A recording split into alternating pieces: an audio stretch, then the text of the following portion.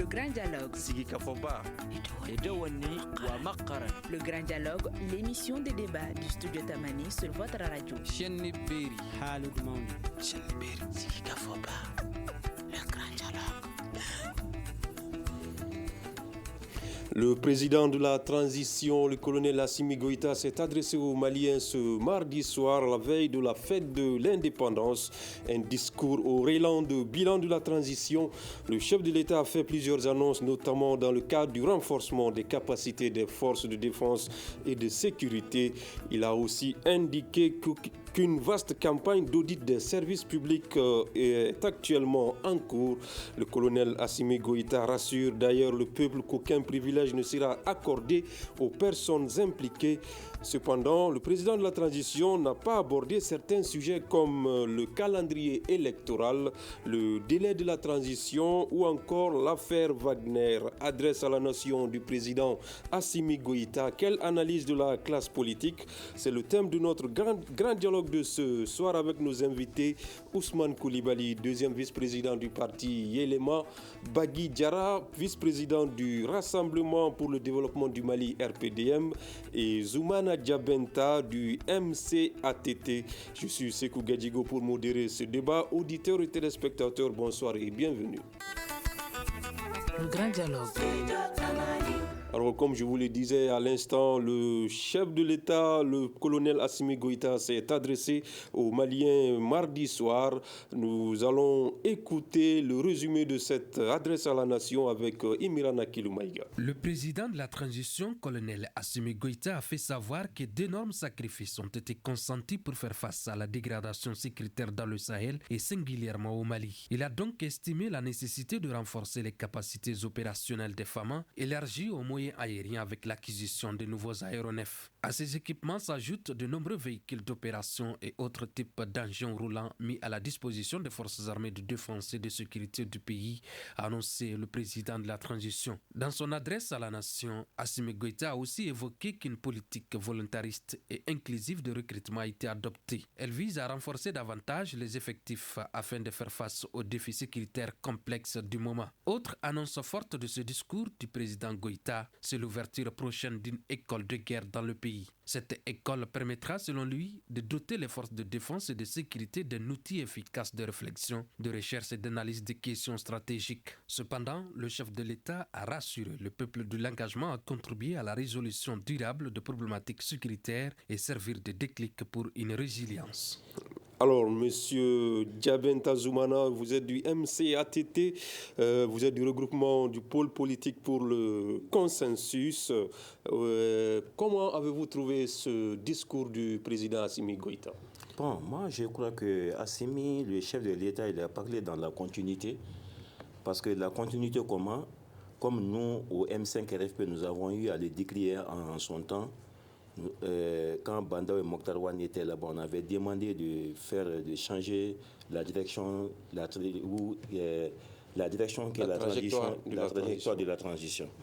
Maintenant, Dieu merci, du 18 août au 24 mai 2021, Dieu merci, ils sont venus, ils ont eu à procéder à un changement, c'est-à-dire que, parce qu'en réalité, les institutions compromettaient dangereusement la cohésion au sein des forces armées. C'est pourquoi l'armée a décidé une fois de plus de prendre ses responsabilités pour éviter le chaos à notre nation. Donc ce changement est survenu. Et moi je crois qu'en énumérant les différents bilans qu'ils ont eu à faire pendant les 100 jours du gouvernement Choguel, ce sont ces différentes réalisations qu'il a eu à dire. Et je trouve que c'est très très normal et très très correct. Justement, vous parlez de bilan. Est-ce que ce bilan, vous le trouvez satisfaisant? Très très satisfaisant. Pourquoi? Parce que je le trouve satisfaisant. En réalité, quand tu essaies de faire une comparaison, en 100 jours de réalisation, l'acquisition, comme vous avez à le dire, l'acquisition de nouveaux aéronefs, de nombreux véhicules d'opération, ouverture prochaine d'une école de guerre, construction d'un hôpital militaire, une vaste campagne d'audit des services publics en cours dans les différentes structures de contrôle. Donc en réalité, ils ont touché un peu à tous les secteurs. Et surtout que même avec l'avènement de l'organisation des assises nationales, en même temps la mise en place de l'organe unique de gestion des élections, Tout ça, c'est un truc vraiment, c'est un travail fastidieux qu'il s'allie. D'accord, nous allons en parler. Ousmane Koulibaly, vous êtes du parti Yélema. Vous avez certainement écouté le président de la transition le mardi soir. Comment avez-vous trouvé cette adresse à la nation? Est-ce que ça vous a rassuré? Bon, pas du tout, M. Gadigo, parce que tout d'abord, ce qu'on peut noter, c'est que on félicite le gouvernement de Choguel Maïga d'avoir quand même eu à prononcer les programmes d'action gouvernementale. Mais malheureusement, dans notre pays, on est en train de prendre une certaine habitude. C'est que lorsque nous faisons des programmations, lorsque nous amenons des choses au niveau de l'Assemblée nationale, lorsque nous amenons des lois, des textes de loi ou des projets de loi au niveau du CNT, et que le CNT vote ces choses-là, ça devient une loi. Mais malheureusement, notre gouvernement, le gouvernement de Choguel Kogala Maïga, a pris la fâcheuse habitude de violer flagramment ces lois. Qu'est-ce qui devrait se passer? Parce que quand on passe devant un CNT qui représente aujourd'hui notre Assemblée, avec un programme d'action gouvernementale, avec un chronogramme bien établi, on devrait tout faire pour respecter les délais prescrits. Mais lorsque nous prenons le pacte de Choguel Kogala Maïga, on se rend compte que normalement, on devrait commencer les assises nationales de refondation à partir du 30 ou sinon du 31 août 2021. Mais qu'est-ce que vous constatez? Elles n'ont toujours pas commencé. Ça n'a pas commencé. C'est une violation flagrante des lois. Et ce que nous, au niveau du parti Élément, nous dénonçons aussi, c'est d'abord une certaine violation de notre charte. Ok, peut-être qu'on va aborder cet aspect, mais moi je voulais juste que vous nous dites si toutefois vous avez été rassuré par ce discours de... Non, on n'a pas du tout été rassuré par le discours de Assimi Goïta, parce que non seulement il n'a pas parlé de... Qu'est-ce qui vous inquiète? Voilà, ce qui nous inquiète, c'est d'abord le respect de la charte de notre République qu'on a signé tous. La charte référant notamment au respect du délai des élections. Donc on voit qu'il n'en a même pas parlé. Et il n'a pas parlé aussi des concertations qu'on a eues avant le coup d'État du 24 mai 2021 avec notamment ce qu'on avait déjà établi avec le passé gouvernement.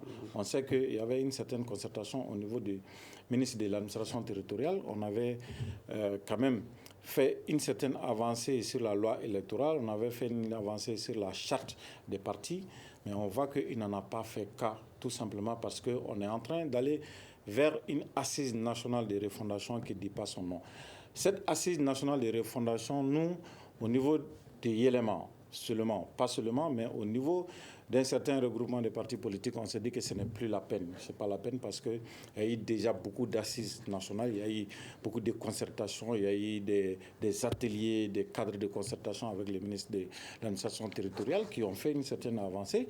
Donc on s'est dit que ce n'est plus la peine d'aller réellement vers ces assises nationales de refondation qui vont nous bouffer 2,5 milliards de nos francs. Alors qu'on est vraiment nous allons voir que dans le discours du président, il insiste beaucoup sur cette refondation. Mais avant, M. Diarra Bagui du RPDM, comment vous avez trouvé cette adresse à la nation du président Assimi Goïta?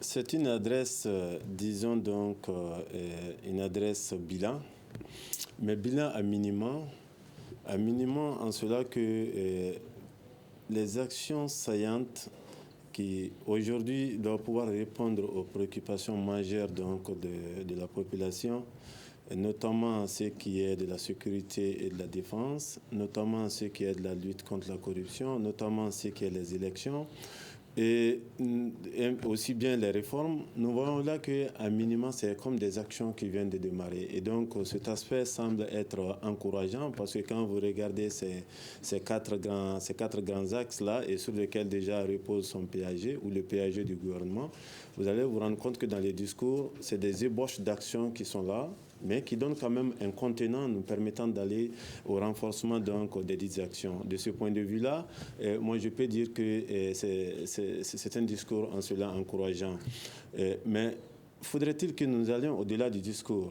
Et donc cela va dire qu'il faut aller dans une consolidation donc, de ces débuts d'action qui sont là, mais de manière à construire encore une fois l'inclusivité.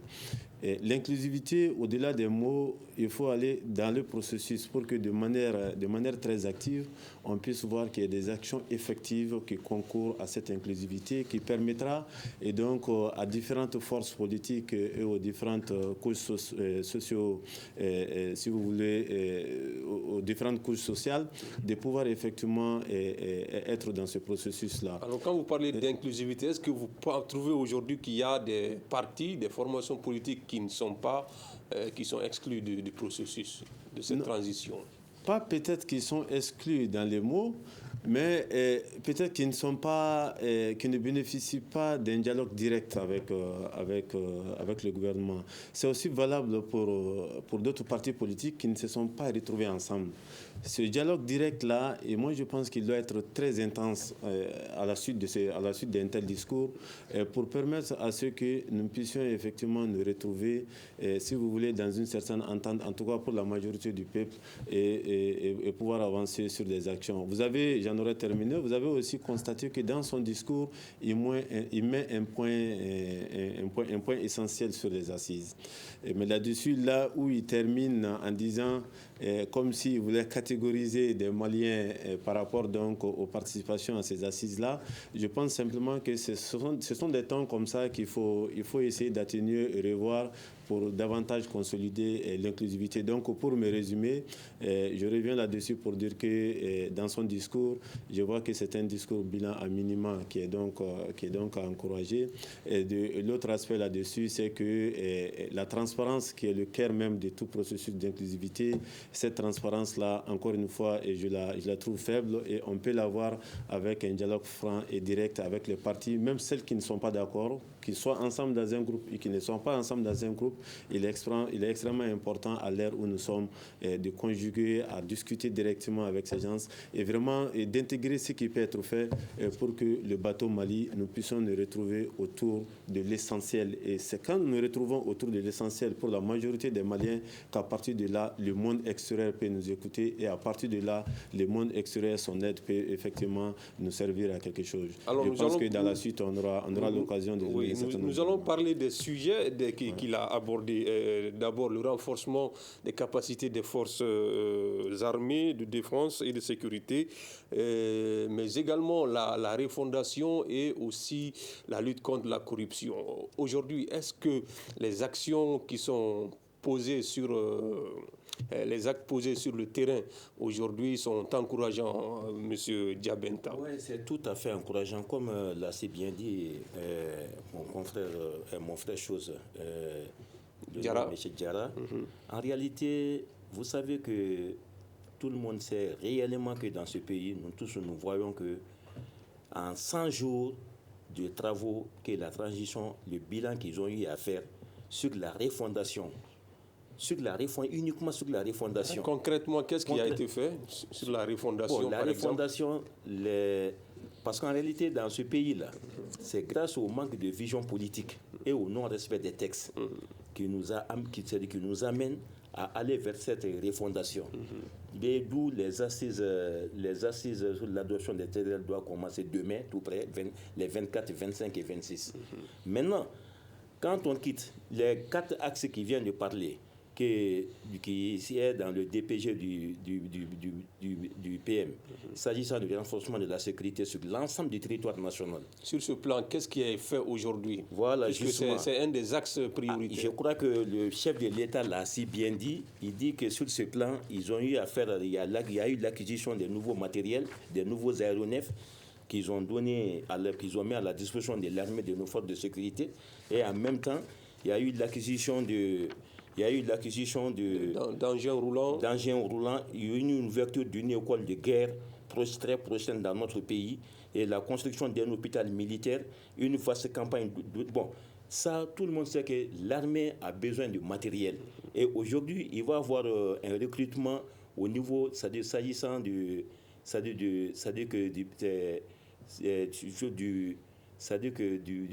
personnel. Oui. Voilà. Maintenant, ils vont recruter jusqu'à, je ne sais pas, nous avons au niveau de MK, de Espoir Malikoura, nous avons eu à faire un petit travail parce que nous voulons qu'on commence le recrutement depuis les communes, dans chaque commune du Mali, qu'on recrute à peu près 75 jeunes. Ces 75 jeunes vont venir de là, c'est comme l'ancien où on faisait les recrutements d'antan. D'accord, donc si je vous comprends bien, tout ceci sont des prévisions, ce n'est pas des actions qui sont concrètement menées d'abord sur le Les actions, je t'ai dit les actions, le bilan, l'acquisition de nouveaux aéronefs, de nombreux véhicules d'opération de type d'engin roulant, l'ouverture prochaine d'une école de guerre, tout ça. Déjà, le financement est acquis. Donc, avec la construction d'un hôpital de guerre, d'un hôpital militaire. Donc, en réalité, tout ça, ça rentre directement dans le bilan de la transition du gouvernement de Choguel, de son gouvernement de 100 jours. D'accord, ok. Voilà. Monsieur Koulibaly, quand il parle du renforcement des capacités des forces armées maliennes, est-ce qu'aujourd'hui, sur le terrain, cela se traduit? Est-ce qu'on voit des résultats palpables? Le résultat palpable, ça va dépendre de tout ce qu'on va avoir comme manque d'attaque. Parce que ce qui se passe, c'est que tout ce qu'on entreprend, parce que le régime d'Ibrahim Boubacar Keïta a parlé de 1200 milliards. Aujourd'hui, ce que le président de la transition est en train de dire, il faut le saluer. Parce qu'il parle d'acquisition d'aéronefs, d'engins roulants et autre chose. C'est vraiment intéressant. Donc, il faut les féliciter par rapport à tout ce qu'ils sont en train de faire comme effort pour que notre FAMA puisse avoir quand même des équipements nécessaires pour pouvoir combattre le terrorisme. Mais en réalité, dans notre pays, le problème, c'est que on se situe souvent à une certaine position où on ne sait pas quelle est la différence entre ce que le gouvernement est en train de dire et qu'est-ce que c'est que la réalité sur le terrain. Parce que si on prend le cas du gouvernement d'Ibrahim Boubacar Keïta, il a avancé quand même des chiffres pharaoniques, avec 1200 milliards qu'on a avancé, qu'on a donné à notre armée pour pouvoir sécuriser nos territoires. Mais malheureusement, il y a eu des attaques. Et ce que le président de la transition est en train de dire aujourd'hui, c'est que nous attendons exactement de cela, c'est que ça puisse aboutir à des résultats concrets, à une sécurisation et à sécuriser surtout nos forces armées de sécurité pour que lorsqu'ils se déplacent, pour qu'il y ait moins d'attaques et que ces choses-là puissent avoir vraiment un résultat notable, un résultat palpable. Mais tant qu'il n'y a pas de résultat palpable, c'est difficile quand même de distribuer des notes. Mais ce sont des intentions, la création de l'école de guerre et autre chose. Bon, ça va venir renforcer un peu tout ce qu'on a déjà comme EMEA, parce qu'on sait qu'il y a l'EMEA au Mali, il y a beaucoup de cadres qui viennent se former, en tout cas au niveau de l'Afrique, du Cameroun, puis de l'Afrique centrale et puis de l'Afrique occidentale. Donc tout ce qu'on va faire par rapport au renforcement des capacités de nos forces armées, c'est vraiment une bonne chose et le parti élément, on les salue.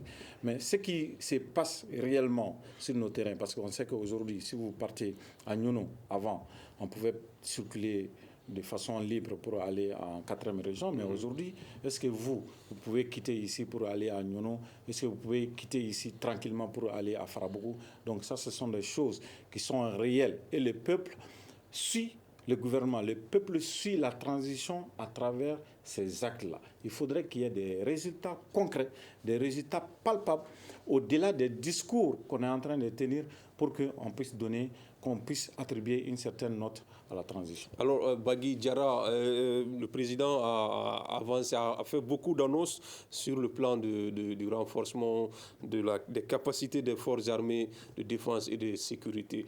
Est-ce qu'aujourd'hui, vous pensez que ces annonces-là sont en train pourraient porter fruit dans les mois, dans les semaines à venir? Est-ce que c'est suffisant? Il est évident que le renforcement de la capacité opérationnelle des forces armées et de défense en lui seul ne sera pas suffisant pour en fait la stabilité que nous sommes en train de rechercher. Mais ce renforcement est quand même extrêmement important. Parce qu'on est d'accord que pour avoir de la sécurité, il faut véritablement y intégrer l'aspect de développement. Et c'est pour cela, pour avoir cet aspect de développement, vous ne pouvez pas l'avoir sans que les populations elles-mêmes, au niveau local, n'en soient fortement impliquées. Et donc, vous comprenez là qu'une chose est de renforcer la capacité opérationnelle des forces armées et de défense, mais une autre chose est de faire en sorte que les populations, au niveau local, puissent effectivement accompagner ce processus et être actives dedans afin que, pour tout ce qui est lié à une question économique, parce que finalement, vous voyez que l'insécurité au niveau de nos populations locales, la crise économique a aussi une grande part dedans. Donc, c'est tout cet ensemble-là qu'il faut conjuguer pour pouvoir avancer. Mais le plus important, c'est d'arriver à des résultats. Vous comprenez que ces annonces sur le renforcement des capacités qui sont faites là sont certes encourageantes, mais de l'autre côté, quand vous regardez sur le terrain, peut-être que l'impact, on ne le voit pas tout de suite. Mais on va se dire que l'impact aussi n'est pas aussi immédiat. Il faut y travailler pour y arriver, d'où l'aspect de développement et socio-économique que j'ai tout à l'heure avancé.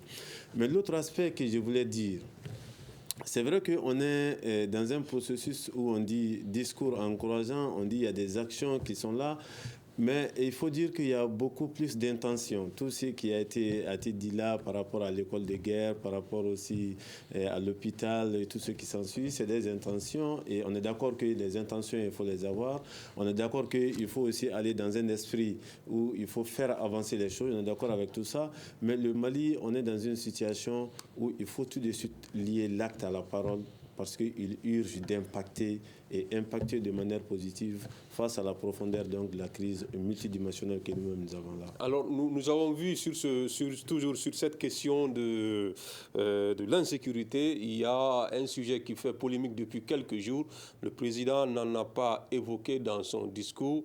C'est une éventuelle arrivée de forces russes, d'une société privée russe, pour aider le Mali à sécuriser, à combattre cette insécurité. Est-ce que vous comprenez le silence du chef de l'État sur cette question, M. Diarra? Comprendre le silence du chef de l'État, je ne saurais le juger, mais je pourrais quand même faire mon analyse en fait de la situation et une analyse qui reste quelque peu réservée en cela que les autorités, vous l'avez dit, il y a ce silence-là parce que de manière officielle, on n'a pas entendu les autorités maliennes en parler, mais nous voyons que c'est autour de nos partenaires et au-delà du monde qu'on en parle. Mais je pense que dans son discours, il a parlé d'un point qui peut-être implicitement est en train de vouloir aller vers là où il appelle effectivement nos partenaires à être aussi davantage à l'écoute pour mieux comprendre la situation. Là où il lui-même exprime un peu l'inefficacité, en fait, en tout cas jusqu'à date. Donc, si vous voulez, des efforts de part et d'autre, de l'ensemble des partenaires ou des amis du Mali qui sont là, et que le souci, c'est d'aller vers une efficacité pour reprendre effectivement un peu son idée, même si ce ne sont pas clairement les mots que je lui prête là. Mais l'idée, c'est de dire il nous faut aller à une coopération plus efficace. Donc, on peut sentir ça un peu dans ses propos. Parce que est-ce que vous pensez aujourd'hui que la coopération qui existe entre le Mali et ses partenaires actuels a montré ses limites? Je ne dirais pas montrer ses limites, mais disons que clairement la situation est sécuritaire au Mali depuis 2012. Disons qu'on n'a pas de résultats probants. C'est une situation qui se détériore du jour le jour. Et donc, l'ensemble de ces partenaires qui sont là et le gouvernement, moi, je ne dis pas le gouvernement est fautif ou les partenaires sont fautifs. Il s'agit d'appeler ces parties-là à plus d'efficacité dans leur approche opérationnelle. Parce que c'est de cela qu'il s'agit. D'accord. Et nous voyons que pour l'instant, pendant ces 8 années ou ces 9 années-là, on est là, il n'y a pas de résultats probants sous la main. Et en même temps, voici une crise qui change également de format et de profondeur. Parce que plus nous laissons le temps écouler, dérouler, ça va changer de forme au niveau local et plus difficile effectivement de pouvoir suivre ça. Nous allons vous redonner la parole tout de suite, M. Diabenta. Oui. Cette polémique autour d'une éventuelle présence de mercenaires, entre guillemets, russes, est-ce que vous êtes au courant au niveau du MCATT et du M5 RFP, et comment vous l'appréciez? Bon, notre analyse de la situation, comme c'est eux qui disent mercenaires, mais nous on ne trouve pas que c'est le mot mercenaire là. Je trouve que c'est trop dit. Oui, une société privée russe. Moi, je crois que si réellement Wagner serait la solution à ce que notre territoire puisse trouver la stabilité, mais on est partant. On est partant. Moi, je ne vois pas de problème à cela. Parce qu'en réalité, nos partenaires qui sont sur le terrain ici, que ce soit la force Barkhane, que ce soit la force Takuba, que ce soit la MINUSMA, ils ont montré leurs limites. Vraiment, moi, je trouve qu'à notre regroupement, trop, c'est trop. Vraiment trop, c'est trop. Trop de sang malien à verser maintenant. Vraiment, il est temps que l'on essaie de chercher une solution à cela. Il faut que ça s'arrête. Si Wagner est la solution, mais on est prêt à aller avec une chose avec Wagner pour que nous puissions recouvrer notre dignité, pour que nous puissions pacifier notre pays, la totalité de notre pays. Vraiment, moi, nous sommes partants. D'accord. Monsieur Koulibaly Ousmane du parti Élément, c'est vrai que c'est un sujet, les autorités maliennes ont dit qu'il ne s'agit que des rumeurs. Et donc, le Mali n'a eu aucun contrat avec aucune société russe.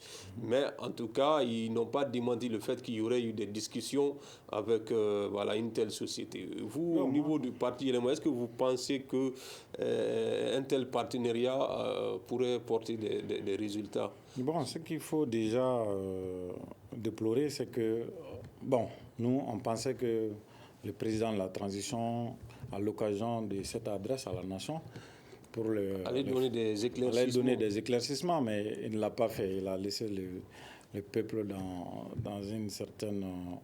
un état d'ombre, donc qu'il faudrait éclaircir. Ça, c'est regrettable. Mais nous pensons que en matière de sécurité, il faudrait surtout se baser sur ses propres forces. Il ne faut pas espérer sur c'est-à-dire que des forces étrangères, que ce soit Barkhane, Takuba, que ça vienne de la Russie, de l'Israël ou bien de l'Angola, parce que tous ces pays ont leurs intérêts. Ils défendent leurs intérêts et le Mali, normalement, aussi doit défendre ses intérêts. Et nous devons, en tout état de cause, parce qu'on est à la veille quand même du 22 septembre, qui est une fête célébrant notre souveraineté nationale. Ça veut dire qu'on a une armée nationale, une armée souveraine qui arrive à nous couvrir, qui arrive à assurer notre sécurité. Voilà pourquoi on est content. Sinon, il n'y a pas de raison à célébrer le 22 septembre. Mais quand on le célèbre, on ne peut pas le faire avec un certain enthousiasme à faire venir des forces étrangères. Ça, c'est vraiment étrange pour moi. Moi, je pense qu'on doit surtout nous apaisantir sur notre FAMA, nos forces armées de sécurité, leur donner les moyens nécessaires. Et ce que Assimi a dit dans son discours, ça va dans ce sens. Pourquoi aller chercher d'autres forces? Je ne dirais pas de mercenaires, mais en tout état de cause, lorsque nous devrons quand même établir des relations de sécurité, ainsi de suite, des partenariats, il serait mieux que ce soit d'État en État. Ça donne une certaine sécurité, ça donne une certaine garantie. Mais s'il s'agit de trucs privés, moi j'ai quelques réserves par rapport à cela. Notre parti ne s'est pas du tout prononcé par rapport à ça, mais c'est une position personnelle. Ce que moi j'aimerais, c'est que si on veut aller avec la Russie, le Mali a déjà travaillé avec la Russie. Et ça se passe entre États. Entre États, oui, on peut passer par l'ONU, on peut passer par autre chose, mais si c'est bilatéral ou multilatéral, ce sont les choses qui passent. Mais si on doit faire venir des mercenaires dans notre pays, cela vraiment porte préjudice à notre propre souveraineté. D'accord. Et cela est préjudiciable. Ça, c'est la position personnelle de Ousmane Koulibaly. Monsieur Diarra Bagui, le président de la transition a évoqué la lutte contre la corruption. Il a même indiqué qu'une vaste campagne d'audit des services publics est en cours. Alors, sur le terrain, déjà, qu'est-ce que nous voyons qui puisse nous rendre optimistes que cette lutte-là va aboutir? Qu'est-ce que nous voyons sur le plan de la lutte contre la corruption? Les actions que tout le monde a vu ça et là. Et donc, quelle action? C'est-à-dire qu'on veut dire la mise, comment est-ce qu'on appelle ça, sous mandat de dépôt, que ce soit de l'ex-premier ministre ou de l'ancien premier ministre, M. Soumelou Boué-Maïga, ou que ce soit donc Madame la ministre, et même d'autres opérateurs économiques qu'on a entendus ça et là. Et tout cela, moi je dis tout cela sont des débuts parce que ce que je comprends, je ne suis pas juriste, mais ce que je comprends des juristes, c'est que ça c'est juste un début d'un processus. Et donc j'ai aussi entendu peut-être l'autre action qui est au niveau du CNT où ils ont pu faire passer ou adopter là-bas en fait ce qu'ils appellent le pôle financier national et donc qui au-delà peut-être des procédures pénales va s'atteler également à recouvrer si vous voulez donc les dus perdus. Et donc ces différents éléments-là, pour l'instant j'ai dit que c'est toujours des débuts encourageants, mais dire avec certitude que là on a vraiment les éléments qui disent qu'on est véritablement engagé donc, dans la lutte contre la corruption. Peut-être qu'il faut d'autres acquis à venir, mais encore une fois, ça aussi, ça faisait bien longtemps qu'on n'avait pas au moins des actions comme ça. Et lorsqu'elles sont là, il faut les encourager et travailler à toujours à ce que donc il y ait une saine et une bonne distribution de la justice. Nous, au sein de notre parti, par rapport à cette question-là, de la lutte contre la corruption, c'est ce que nous disons. Nous l'encourageons, mais nous voudrons que ça soit effectivement une saine et bonne distribution donc de la justice à tous les niveaux. Qu'il faut éviter, et là je pense qu'il y a beaucoup d'autres qui l'ont dit, il faut éviter tout ce qui est action de populisme ou toute autre action qui peuvent être interprétées comme étant une chasse aux sorcières. Voilà, une chasse aux sorcières et tout ça. Donc, mais en tout cas, laisser la justice travailler dans toute sa rigueur et dans toute sa sérénité parce que cela est extrêmement déterminant, en tout cas dans la suite de la transition. Monsieur Diabenta, dans le cadre de la lutte contre la corruption, est-ce que aujourd'hui, nous voyons déjà des actions qui nous permettent d'être optimistes? Oui, bien sûr, il y a des actions qui nous permettent d'être optimistes, comme l'a si bien dit M. Diarra. Parce qu'en réalité, ça est le 4e axe pilier du DPG du PM. Et au M5 RFP, c'est ce que nous avons tant crié sous IBK, la malversation financière, la gabegie, cette gabegie financière. Les 7 ans que IBK a eu faire, vraiment tous ces responsables-là, nous voyons, c'est pour cela qu'on dit réellement de fermer les frontières, parce qu'ils seront tous arrêtés un à un. Est-ce qu'il n'y a pas une justice des vainqueurs aujourd'hui, comme le disent certains? Il n'y a pas une justice des vainqueurs. Ils savent ce qu'ils ont fait. Ils savent ce qu'ils ont... C'est-à-dire, tout le monde sait, ils le savent. Tous ces responsables-là, ils savent... Jusqu'ici, ils sont des présumés innocents. Oui, on sait que c'est des présumés innocents, mais tout le monde sait, personne... Quand tu prends tout de suite là, le truc, la prédation des baux de l'État, c'est-à-dire que ça c'est un. Le second point, la loi de programmation militaire, comme l'a si bien dit l'autre, 1000 et quelques milliards. Mais en réalité, ces responsables-là, c'est pour cela qu'ils sont en train de crier allons-y aux élections, parce qu'ils savent que chacun a son tour sur le coiffeur, ça va venir. Nous, on n'est pas pressés. Ils vont tous répondre devant la loi, un à un. D'accord. Rapidement, M. Koulibaly, est-ce que cette lutte contre la corruption pour laquelle s'engagent les autorités, est-ce que ça ne vous inquiète pas un peu qu'il y ait une justice à double vitesse? D'abord, ça ne doit pas servir de prétexte pour pouvoir prolonger la transition. Parce que, écoutez, M. Dienta, j'ai comme l'impression, Diabenta, on a l'impression que c'est vraiment quelque chose qu'il faudrait aborder et que prendre son temps pour pouvoir... Moi, je dis, la justice, elle est indépendante. La justice ne dépend pas de la transition ou bien d'un gouvernement qui est légitimement élu ou autre chose.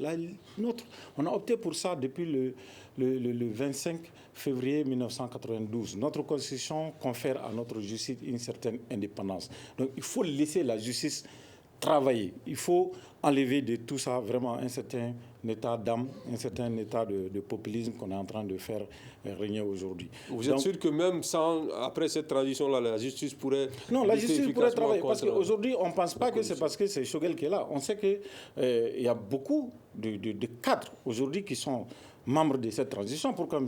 Diabenta n'en a pas parlé? Moi, je suis surpris. Parce que il y a une certaine justice sélective. On a arrêté certaines personnes. Mais aujourd'hui, il y a d'autres qui sont aux affaires aujourd'hui et qui avaient aussi des dossiers au niveau du pôle économique. Pourquoi on ne les appelle pas? Pourquoi on n'appelle pas ces personnes-là aujourd'hui? Mais on prend un certain, comment dirais-je, courage à appeler d'autres personnes aujourd'hui qui ont pris un certain courage à dénoncer quand même une certaine prolongation. Donc, ce que nous pensons, c'est que ça peut être une certaine justice sélective, ce qu'il faut éviter dans notre pays. Voilà. D'accord, mais parlant d'une dernière chose, c'est-à-dire les élections sur lesquelles le président de la transition ne s'est pas prononcé également lors de son discours de mardi soir. Qu'est-ce que ça vous dit, le fait que le président passe sous silence ces élections? En tout cas, il n'a pas donné de chronogramme, il n'a pas dit si les élections seront tenues aux dates initiales. Qu'est-ce que ça vous fait? Est-ce que ça vous préoccupe un peu? Oui, ça nous préoccupe beaucoup parce que nous, on pense que dans notre pays, on a pris une certaine habitude. Lorsqu'un gouvernement vient, il a l'habitude de prendre tout ce que l'autre avait fait et le mettre dans les placards. Et malheureusement, pour les cas du Mali, et aujourd'hui, c'est le même ministre de l'administration territoriale qui avait travaillé avec tous les partis politiques. Et on était tombé d'accord sur certaines choses, à savoir la révision de la loi électorale, la révision de la charte des partis. On était avancé, on était à un certain niveau et on pouvait aller à une élection libre et crédible. Mais malheureusement, lorsqu'il y a eu le coup d'État du 24 mai 2021, on est revenu sur certaines choses. Et ces choses-là ne sont pas en train de bouger malheureusement. Le Premier ministre qui est en place fait du surplace. Il ne bouge pas du tout sur ces choses-là. Donc on est en train de nous faire miroiter les assises nationales de refondation comme si c'était quelque chose qui allait vraiment donner un autre visage au Mali. Alors qu'on sait qu'on a eu beaucoup d'assises, on a eu beaucoup de rencontres, on a eu le dialogue national inclusif, il y a eu beaucoup de cadres de concertation et ces cadres de concertation existent aujourd'hui. Il y a des cadres d'ateliers qu'on est en train de mener avec le ministre de l'administration territoriale aujourd'hui qui peut nous faire avancer. Mais malheureusement, on ne veut pas tenir compte de ces choses-là parce qu'on veut nous amener à une assise nationale de refondation qui ne dit pas son nom, en réalité, qui va permettre d'avaliser une certaine prolongation de la transition. Et c'est ça le problème. D'accord.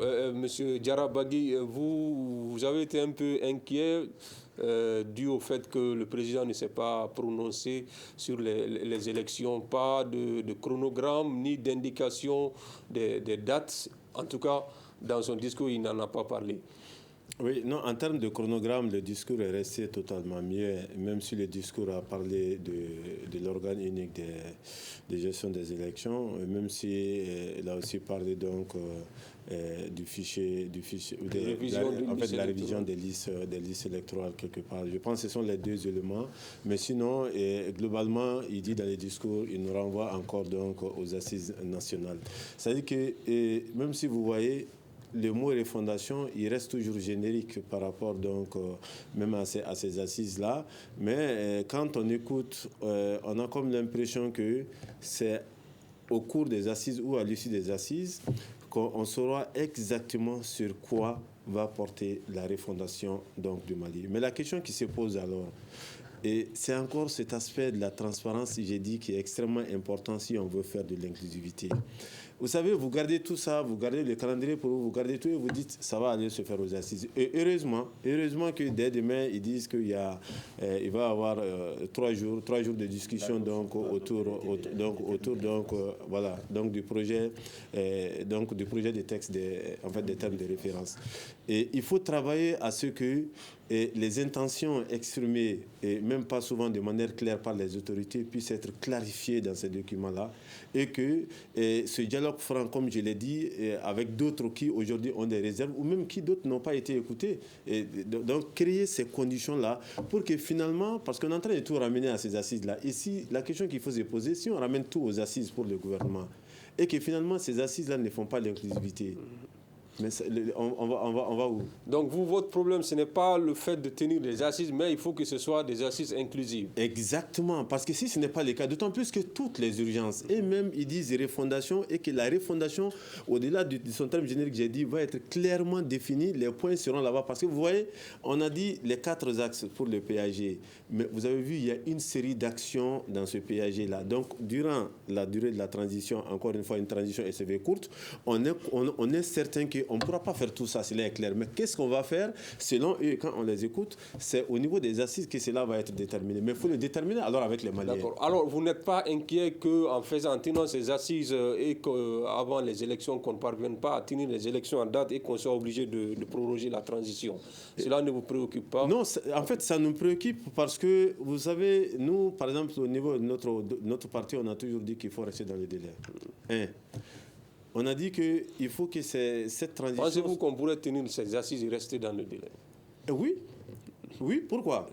Si on se retrouve dans les assises et que... On dit que c'est 9 à 10 semaines, ça prendra 9 à 10 semaines. Voilà, et que nous disons finalement, il nous faut peut-être 1 ou 2 actions. Ça dépendra desquelles. On ne sait pas sur lesquelles des actions on va s'entendre à faire pour s'arrêter, par exemple, à la date de la transition. Mais si encore les assises étaient inclusives et qu'on se retrouve là, on disait, tiens, il nous faut aller au-delà de ça parce que le pays ne peut pas s'en sortir si on n'y va pas de ça.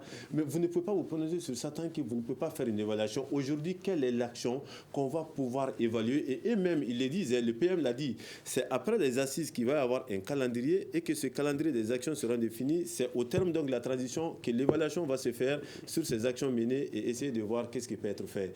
Donc, encore une fois, on voit que le clou, c'est au niveau de ces assises-là. Et donc, moi, mon appel à ce niveau-là, c'est vraiment parce que c'est le pays qui passe avant tout. Et nous, on regarde toujours les actions, que ce soit des actions qui nous permettent, nous, Maliens, de nous retrouver. Parce que si on ne le fait pas, regardez tout ce qui est en train de se faire.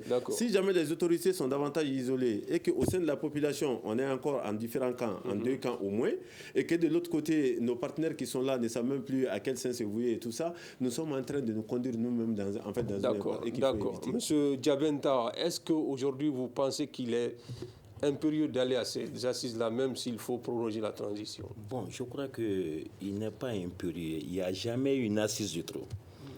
Je dirais qu'il n'y a jamais une assise de trop. Pourquoi? Et je reviens un peu au responsable de Yalama, il y a en face de moi, qui a dit que ils ont peur parce que, c'est-à-dire les assises nationales de la refondation, là, tout va de là. Parce que là-bas, l'occasion est donnée. Mais est-ce qu'en tenant les assises, on pourra respecter le délai?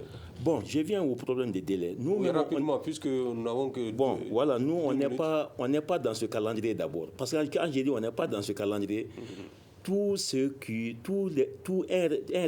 responsable qui a effectivement le souci du devenir de ce pays ne peut pas penser aux élections présentement.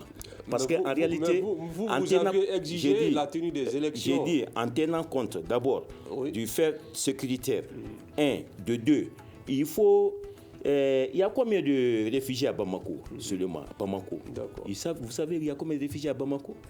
Maintenant, il faut sécuriser d'abord le territoire et faire répartir les réfugiés dans leur site d'origine pour que l'on aille vraiment à c'est-à-dire que pour que l'on puisse parler élection. Et puis, ils sont en train de parler d'assises nationales. Alors, puisqu'on n'a plus assez de temps, on va juste donner la parole à M. Koulibaly.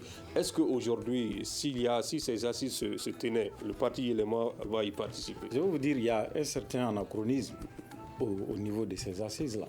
Parce que le Premier ministre déjà a présenté un pacte, un programme d'action gouvernementale. Je pense que c'est avec un chronogramme bien déterminé. Il dit qu'à telle date, on va faire telle action. Maintenant, si on fait des assises, c'est pour remettre en cause tout ce que lui a présenté.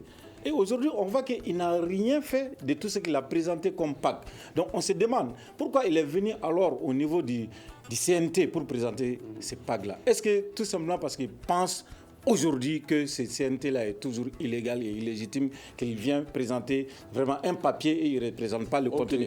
Il ne respecte aucun contenu du pacte qu'il a présenté. Ça, c'est vraiment déplorable. Et moi, j'aimerais la réponse à ma question rapidement, avant de fermer. Si on doit aller à ces assises-là, aujourd'hui, nous, on pense que ce n'est vraiment pas nécessaire et nous, on n'est pas seuls, on est à peu près 107 partis ont dit qu'on n'ira pas à ces assises-là. On a fait une déclaration par rapport à ça et on s'en tient à là parce que ça sera toujours une assise de trop et c'est pour bouffer encore nos sous, nos maigres sous pour les investir dans d'autres choses. Des assises de trop dont le parti élément n'est pas prêt auquel le parti élément n'est pas prêt à participer. C'est sur cela que se referme ce grand dialogue qui parlait aujourd'hui de l'adresse à la nation du président de la transition Assimi Goïta. Nous analysons ce discours avec nos invités, M. Bagui Diarra du RPDM, Rassemblement pour le développement du Mali, Diabenta Zoumana de MCATT, membre du pôle politique du consensus, et Ousmane Koulibaly, deuxième vice-président du parti élément. J'ai eu le plaisir de modérer cette émission mise en onde par Mamadou Ouattara. À la régie vidéo, il y avait Peting Diarra. Merci à toutes et à tous. On se retrouve demain pour une autre émission du Grand Dialogue. Le Grand Dialogue. Le Grand Dialogue, l'émission des débats du studio Tamani sur votre radio.